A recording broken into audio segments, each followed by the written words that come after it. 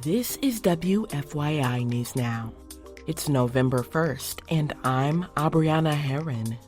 On today's show, 3 candidates endorsed by charter school-friendly groups have outraised their opponents in the most expensive IPS board election since 2020. We'll learn about the process allowing minors under the age of 18 to pre-register to vote. And a candidate for the Hamilton Southeastern School Board hired a family friend in 2022 who was charged with sexual crimes against children in another state. We felt like his judgment was poor, that he would bring an individual accused of child molestation, sexual predator type of thing, to and place them in close proximity to minors. Those stories are coming up. But first, a transitional housing property for homeless veterans recently caught fire in Indianapolis, and it could take months for those veterans to find permanent housing. The fire at Manchester Apartments displaced 48 Indiana veterans experiencing homelessness. Emmy Hildebrand is the CEO of Helping Veterans and Families, or HVAF, which runs the housing property. She says all veterans were accounted for and are now temporarily housed at 3 hotels across the city. We are really fortunate that all 48 veterans made it out safely with only those 3 minor injuries, but everyone is fine, and that's a miracle. Hildebrand says they are making permanent housing plans for the veterans, but it may take several months. She expects repairs to the property to take over a year. The most vulnerable veterans deserve our support, especially when they're facing homelessness, and the fire over the weekend just complicates that even further for our veterans. HVAF headquarters, which is attached to the transitional housing units, received minimal damage and will continue service operations at its downtown location. Officials say the fire was accidental and started in the attic of the facility. There are numerous campaigns to assist HVAF during this time.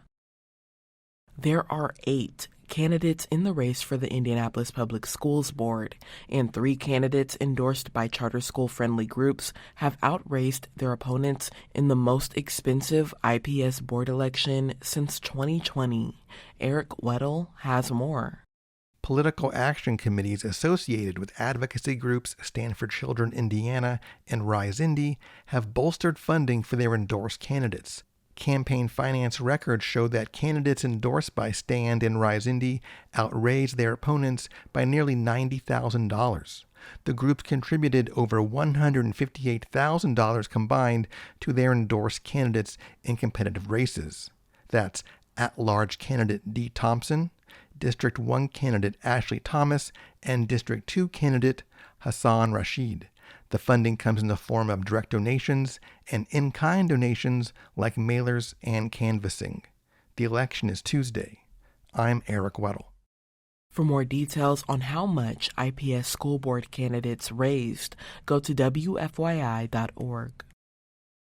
Indiana, like many states, allows minors under the age of 18 to pre-register to vote. So when they're of age, they can cast their ballot.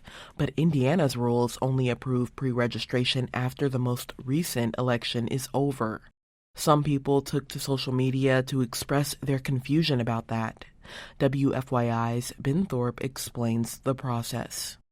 Some states, including Michigan and Minnesota, allow minors to register to vote as soon as they turn 16, adding them to voter lists with a pending status until they turn 18.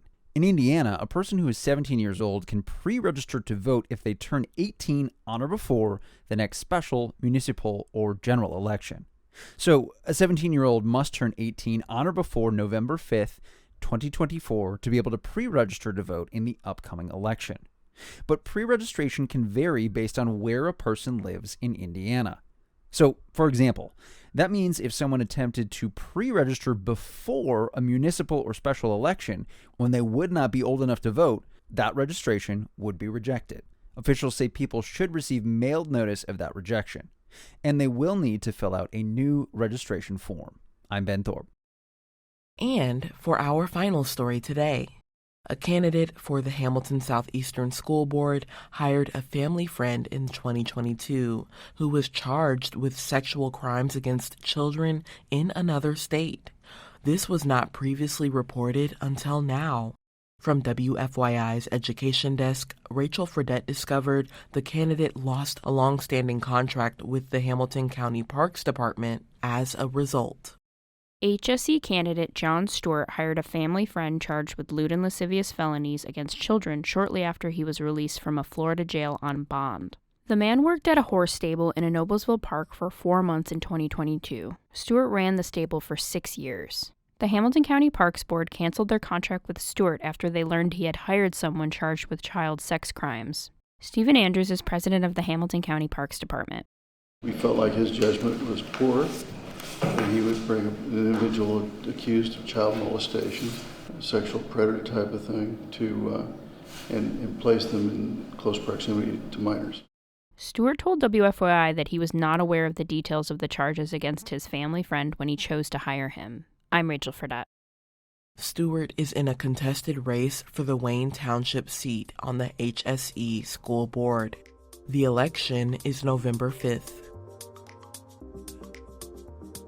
That's all for today's episode of WFYI News Now. Our podcast is produced by Drew Daudelin with support from the news team at WFYI and public media journalists across the state. Our news director is Sarah Neal-Estes. Kendall Antron produced our music, and I'm your host, Abriana Herron.